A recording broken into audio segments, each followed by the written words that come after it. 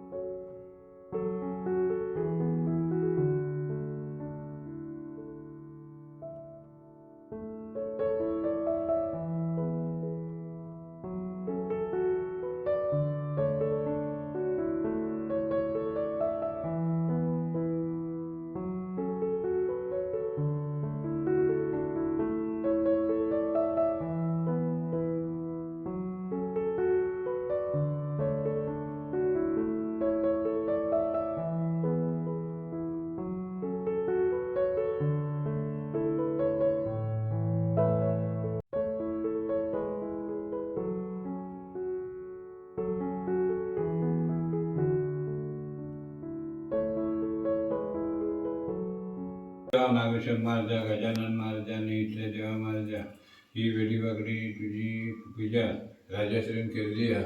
होय महाराजा. मान्य करून घे. काय तू पूजा करताना काय चुकला असला काय असला तर माफ कर आणि इतर अडीअडचणी असेल तर बाजू करून सांभाळ कर, आयुष्यंत कर. तसंच त्याचं नाव काय तर हर्षित राजू यांची तब्येत बरी ठेव. अडीअडचणी असले तर नाहीसे कर. सुख शांती प्रसन्न वातावरण ठेव. नमस्कार.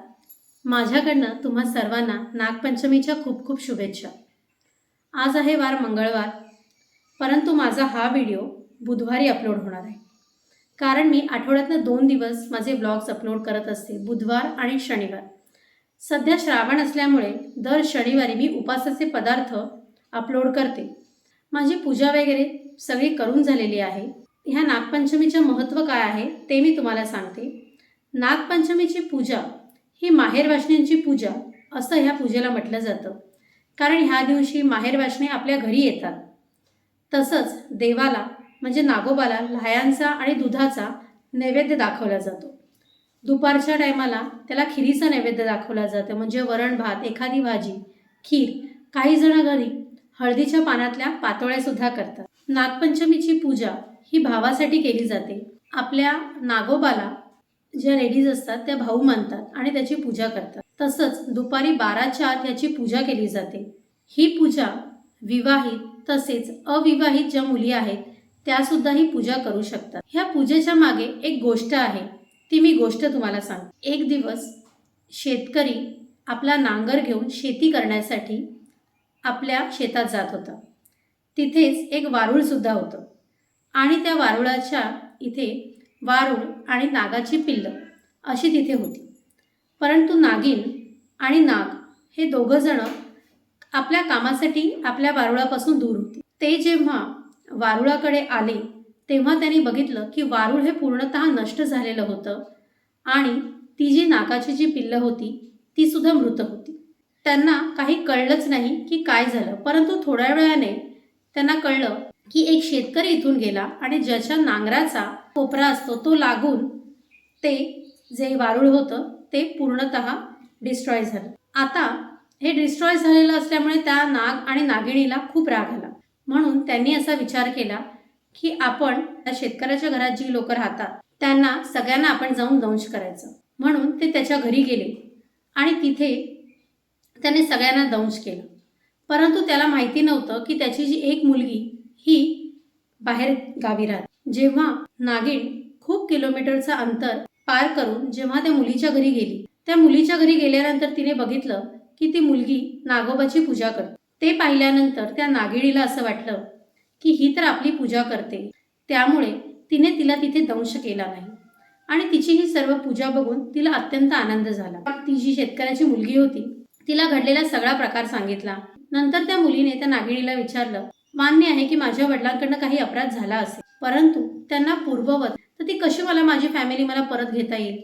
तर त्यावेळी त्या नागिणीने असं सांगितलं की तू जी माझी पूजा केली आहेस ना, त्यातला जो नैवेद्य आहे, जे दूध आहे, ते तू एकेकाच्या तोंडामध्ये थेंब घाल, तुझ्या घरातले सगळे पूर्ववत होतील.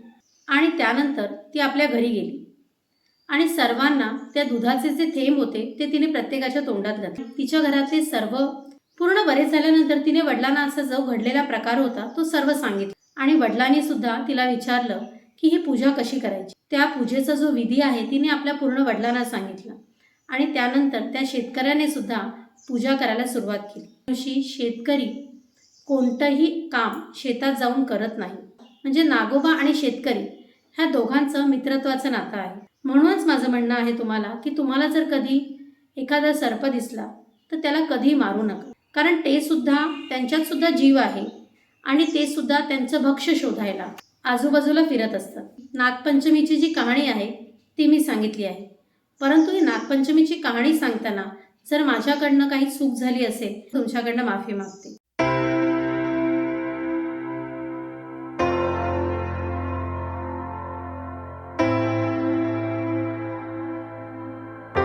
आता 4 वाजले आणि आम्ही नागोबाचं विसर्जन करायला चाललो. नागोबाचं विसर्जन हे अळूच्या पानांमध्ये करायचं असतं. जे अळूचं पान आपण काल जे काढून घेतलेलं त्याच्या सकटच नागोबाचं विसर्जन करायचं असतं.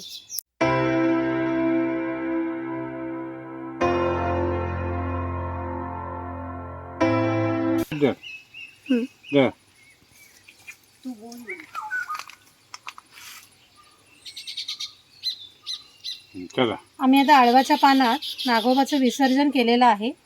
आमच्या घरच्या नागोबाचं आता विसर्जन केलेलं आहे आणि मी आता माझ्या घरी पुन्हा चाललेली आहे. माझी 7:20 कोकण कन्या आहे कणकवलीवरनं आणि माझी थोडी बॅग वगैरे भरायची आहे. ती राहिली आहे थोडी भरायची, तर ती बॅग वगैरे सगळी मी भरून घेते.